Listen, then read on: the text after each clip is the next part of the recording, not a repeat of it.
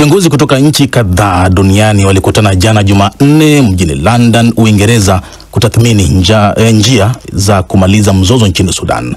Hata hivyo, viongozi wa pande zinazozozana hawakualikwa kwenye mkutano huu, ambapo Umoja wa Afrika na nchi za Ulaya zilitoa wito wa kusitishwa kwa vita. Taarifa kamili na Idi Sesanga.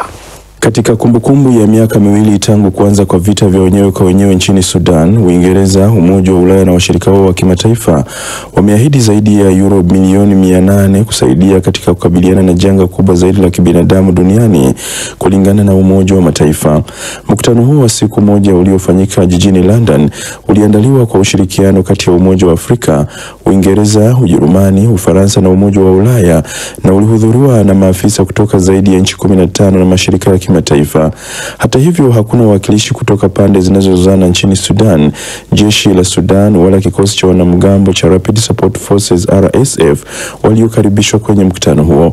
Waziri wa mambo ya nje wa Uingereza David Lammy alitangaza msaada wa pauni milioni 120 kwa mwaka huu na kuongeza kuwa But the biggest obstacle is not a lack of funding. Kizuizi kikubwa sio ukosefu wa fedha wala maandishi katika Umoja wa Mataifa, bali ni ukosefu wa nia ya kisiasa. Ni lazima tuzishawishi pande zinazozozana kuwalinda raia, kuruhusu misaada kuingia nchini na kuweka amani mbele. Tunahitaji diplomasia yenye uvumilivu. Patient diplomacy. Umoja wa Ulaya pamoja na nchi wanachama wake wameahidi euro milioni 522, huku Ujerumani ikichangia euro milioni 125 na Ufaransa ikiahidi euro milioni 50 za ziada kwa ajili ya mashirika ya misaada ya kibinadamu. Waziri wa mambo ya nje wa Ujerumani Annalena Baerbock amesisitiza kuwa hakuwezi kuwepo na suluhu ya kijeshi kwenye mzozo huo na kuzitaka pande mbili kufikiria upya. No amount of humanitarian assistance. Hakuna kiwango cha misaada ya kibinadamu kitakachotosha ikiwa vita hivi vitaendelea. Kama ilivyobainishwa na Umoja wa Afrika, hakuna suluhisho la kijeshi. Vita lazima vikome. This war must end. Wakati mkutano huo wa kimataifa ukiendelea London, kiongozi wa RSF Mohamed Hamdani Daglo alitumia kumbukumbu hii ya miaka miwili kutangaza utawala hasimu katikati mwa hofu ya taifa hilo kugawanyika pande mbili. Hadi sasa RSF inadhibiti zaidi ya 20% ya Sudan. Kundi hilo na washirika wake walisaini makubaliano ya kuanzisha serikali katika maeneo wanayoyadhibiti mnamo mwezi Februari nchini Kenya na kuipa jina la serikali ya amani na umoja. Wachambuzi wameonya kuwa taifa hilo la tatu kwa ukubwa Afrika huenda likakumbwa na mgawanyiko wa kudumu katika wakati ambapo RSF imejiimarisha hasa katika maeneo ya Darfur. Hata hivyo, kamishna wa masuala ya kisiasa, amani na usalama wa Umoja wa Mataifa Bankole Adeoye alisisitiza juu ya umuhimu wa kulinda umoja wa Sudan. It is also important to send the message clear. Ni muhimu pia kutuma ujumbe wazi na wa sauti ya juu kwamba Umoja wa Afrika hautakubali kugawaniwa kwa Sudan kwa mtindo wa Balkan, wala kusambaratika au kugawanika kwa taifa hilo.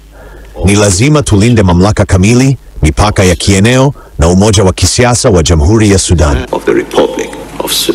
Vita hivyo vilianza Aprili 15, 2023 baada ya mvutano kati ya jeshi la Sudan na RSF na kusababisha vifo vya maelfu, kuwalazimu watu zaidi ya milioni 14 kukimbia makazi yao na kuwaacha milioni 25 katika hatari ya njaa kali. Idi Sesanga huyo. Tuingie sasa katika viwanja vya michezo.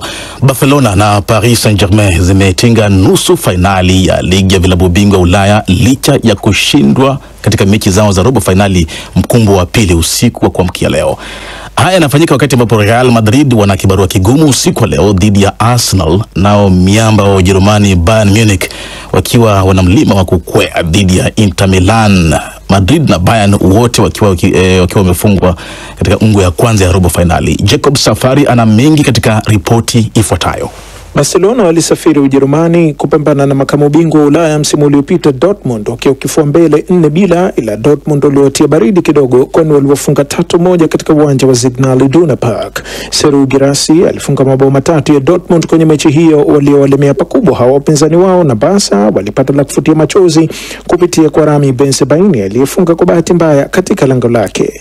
Kocha wa Dortmund Niko Kovac anasema amehuzunika kwa kuwa wameondolewa kwenye mashindano hayo, ila ameridhika na anajivunia wachezaji wake kwa jinsi walivyocheza. Barcelona wamepoteza mechi kwa mara ya kwanza mwaka 2025. Hilo nasema kuhusiana na jinsi timu yangu ilivyocheza, na wapongeza Barcelona, lakini tumeridhika na matokeo. Dortmund sasa watalazimika kugeukia ligi ya nyumbani Bundesliga, ambapo wamekuwa na mchezo usioridhisha na wanaishikilia nafasi ya 8 wakiwa kwenye hatari kubwa ya kutoshiriki mashindano haya ya Ulaya msimu ujao.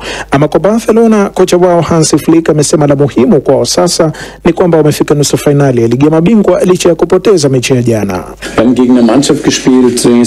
Tumecheza dhidi ya timu nzuri hapa Dortmund. Sitaki kusema mengi kuhusu timu yangu kwa sababu haitakuwa sawa kwa Dortmund.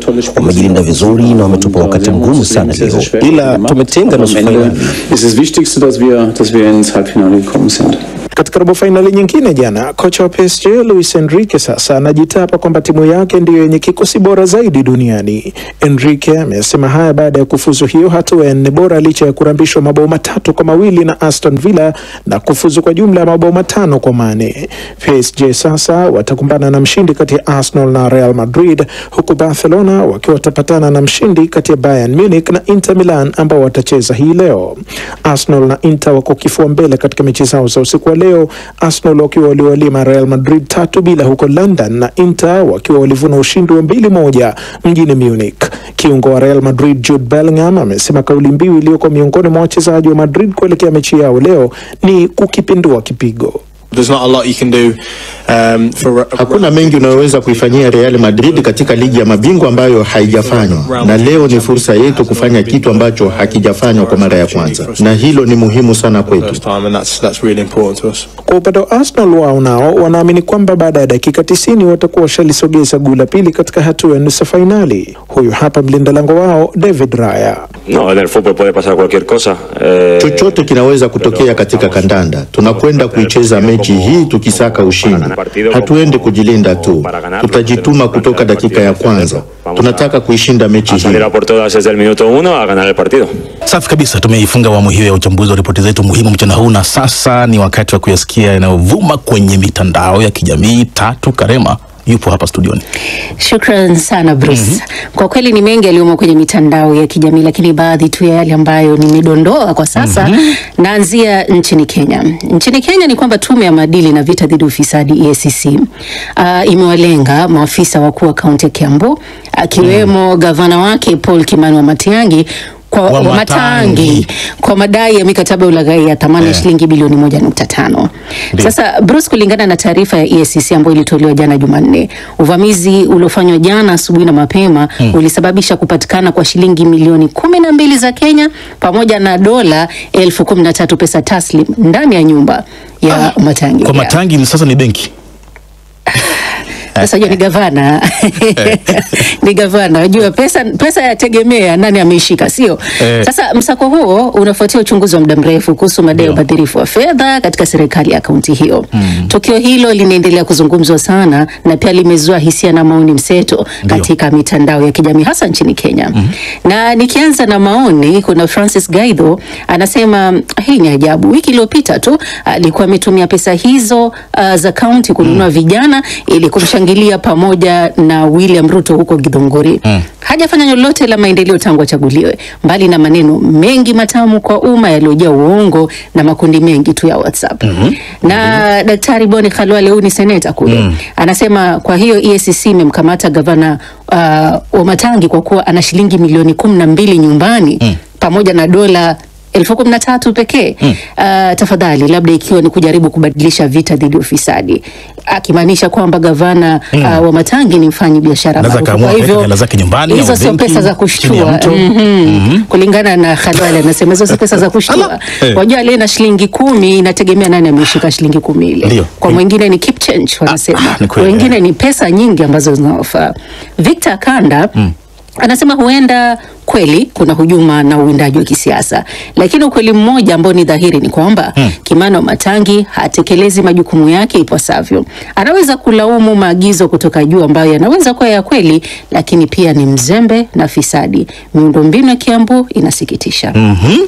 Mbali na hayo, navuka nchini Tanzania ambapo Ni habari za kuvunja moyo. Ni kifo cha aliyekuwa mwigizaji maarufu Kareena Hawa kilichotokea jana nchini India alipokuwa anapata matibabu. Kimetanda sana katika mitandao ya kijamii, Instagram, TikTok, watu wanamwomboleza sana. Nikumbuke kwamba Kareena amesumbuka kwa maradhi ya tumbo kwa zaidi ya miaka 8, Bruce, na kwa kweli alikuwa anapitia hali uchungu mwingi mno.